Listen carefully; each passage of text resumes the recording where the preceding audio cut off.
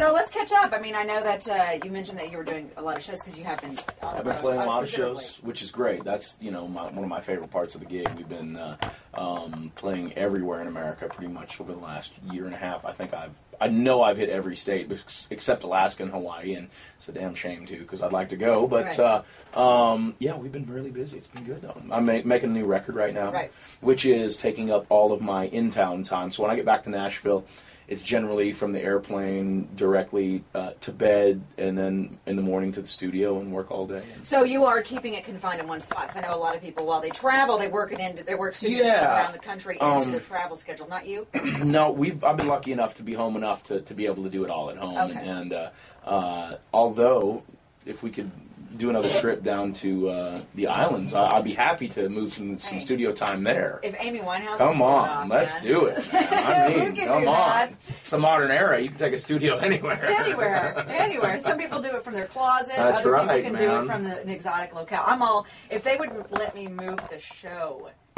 Come on, man. I'm all about it. To Jamaica. I'd so I am be there. all about it. And you know, some people like to record in exotic locations, and they do it all the time. Or they go off and they write songs. Like, you know, I remember talking to Gary Allen. He went off to some place and wrote a bunch of songs. My record label isn't having that. They're not. Costa Rica. You went to Costa Rica. That sounds excellent. Yeah. I did my vocals for my first record in. We carried most of the studio stuff or the vocal chain down and did it in Florida, so I got a little break from there. I have bad allergies, and Nashville is like the worst in the world. So I had to get out of town and you know, get a little of that sea air. Actually, I'm sorry. We were it was they filmed that Jim Carrey show, The Truman Show. There, what is the name of that place? Seaside? Is it Seaside?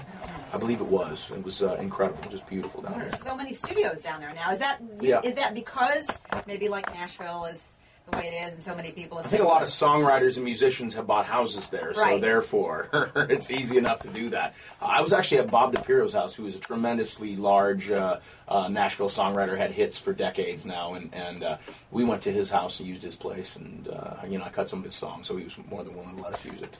This time around. That was last time, actually. Right, this time around, you're, again, confined into one spot. Yes, and how far into your new CD are you? I am only a couple weeks away from being finished. Really? Like, we're almost completely finished. How long? When did you start? On and off for the last couple of months. So probably about 4 months ago, 5 months ago we started. And your search for songs, and I mean, you're just sitting down, putting pen to paper, that's part of it. Yeah, that's been my main gig, is writing songs for the last, you know, since the last record was finished, which was about 2 years ago that or never so. stops. Yeah, it never does.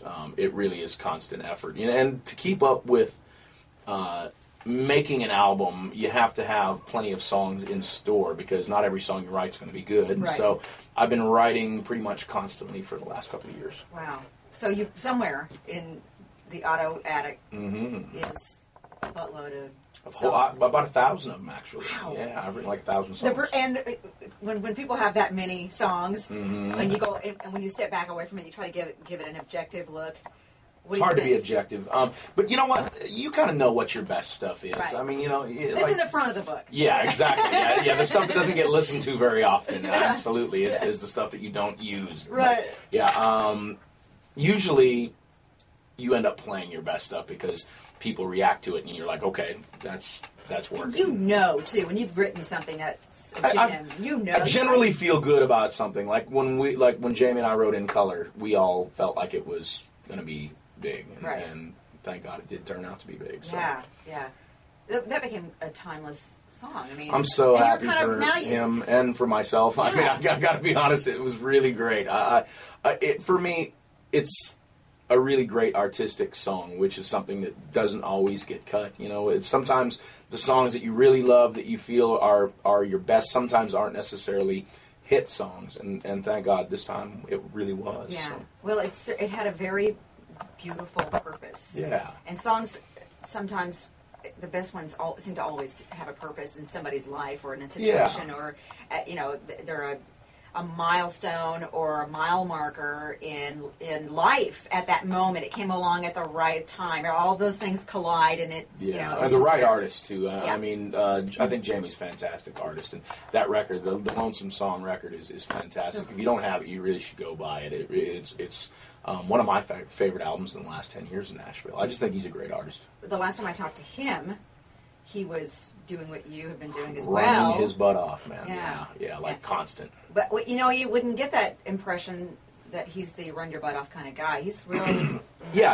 he's very laid back. And actually, if you get him on a day where he's talkative, because he's a pretty quiet guy, but when you get him where he opens up and is more talkative, he's one of the funniest people you're ever going to meet. So quick and witty, man.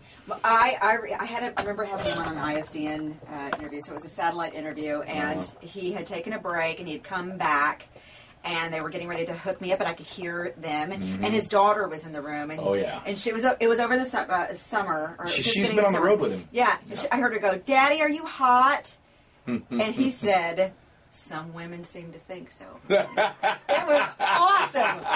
It was the best line ever. He's hilarious, Some man. women He really seem is. to think so, baby. I think that's one of those things that sometimes people miss because because he is kind of quiet sometimes. Right. But if you catch him, man, he's hilarious. He'll knock you out with him. Are you finding time to write with your buddies? Yeah, actually, that's what I try to do the most. I haven't had a chance to write with Jamie since we wrote In Color, actually. We've done some shows together and actually have gone doing some motorcycle riding and some other things. But as far as writing's concerned, that's a hard thing to get to do because we're always going in different directions. But I've been writing a lot with Shannon Lawson. I've been writing a lot with quite a few different people. I love Shannon. Me too. He's one of the greatest. Phenomenal, quirky, wonderful, creative, kind of amazing guy. Musician. Yeah. Just a great songwriter and an unbelievable singer too. Yeah. And he did all my radio tour with me and ran around the country with me. And that's a good friend to give up half of a year to go out and work for your friend's goals. So we've been working on this record together. In fact, he sang every background on the whole record. Wow. Yep. Everyone. Wow. Yeah. Wow. I love that. And I love, I always have these, like, as a music fan, I put together in my head, like, dream shows. Who would I love to see on the same lineup, the same bill? And, there are 3 or 4 of you that I think would just fit so well together. I know that Randy Houser and Jamie Johnson are doing some shows together. Yes, we all are. And we are you all are doing shows together. Doing that too. Yes, so we are. I was going to say my dream was kind of realized in that. Yeah, well, you need to come, man. It's I'm be awesome. totally. Are you kidding? I wouldn't I'm so miss excited about it. It's going to be. That's one of my favorite lineups too, because I'm a huge fan of both those guys. Mm-hmm. And so you get to go hang out with guys that are your friends, but also guys that you respect. Right. And really.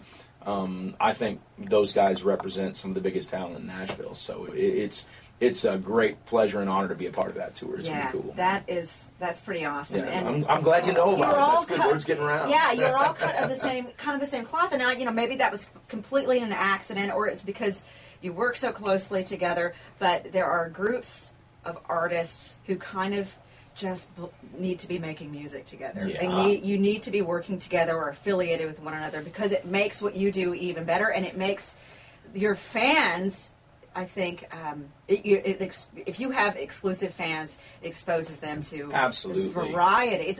But you're not all far off from one another. No, and that's actually what's cool. We're different enough from one another that we're separate artists, which is great. But we also have many of the very same influences and that we listened to growing up, and the things that we appreciate are very much alike. And I know that Randy and I specifically really love the country soul sound, and have listened to a lot of great country records and a lot of great soulful records, and kind of brought those things together.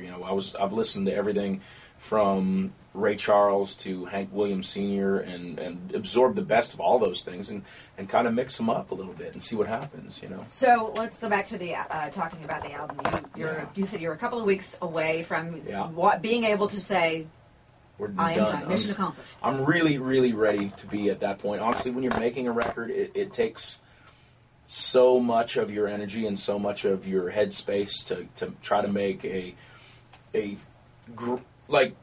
well-conceived album, one that everything fits together and the songs are the right thing and the productions are all the right thing, and to spend that much time doing it. It takes a lot of mental energy to get it done.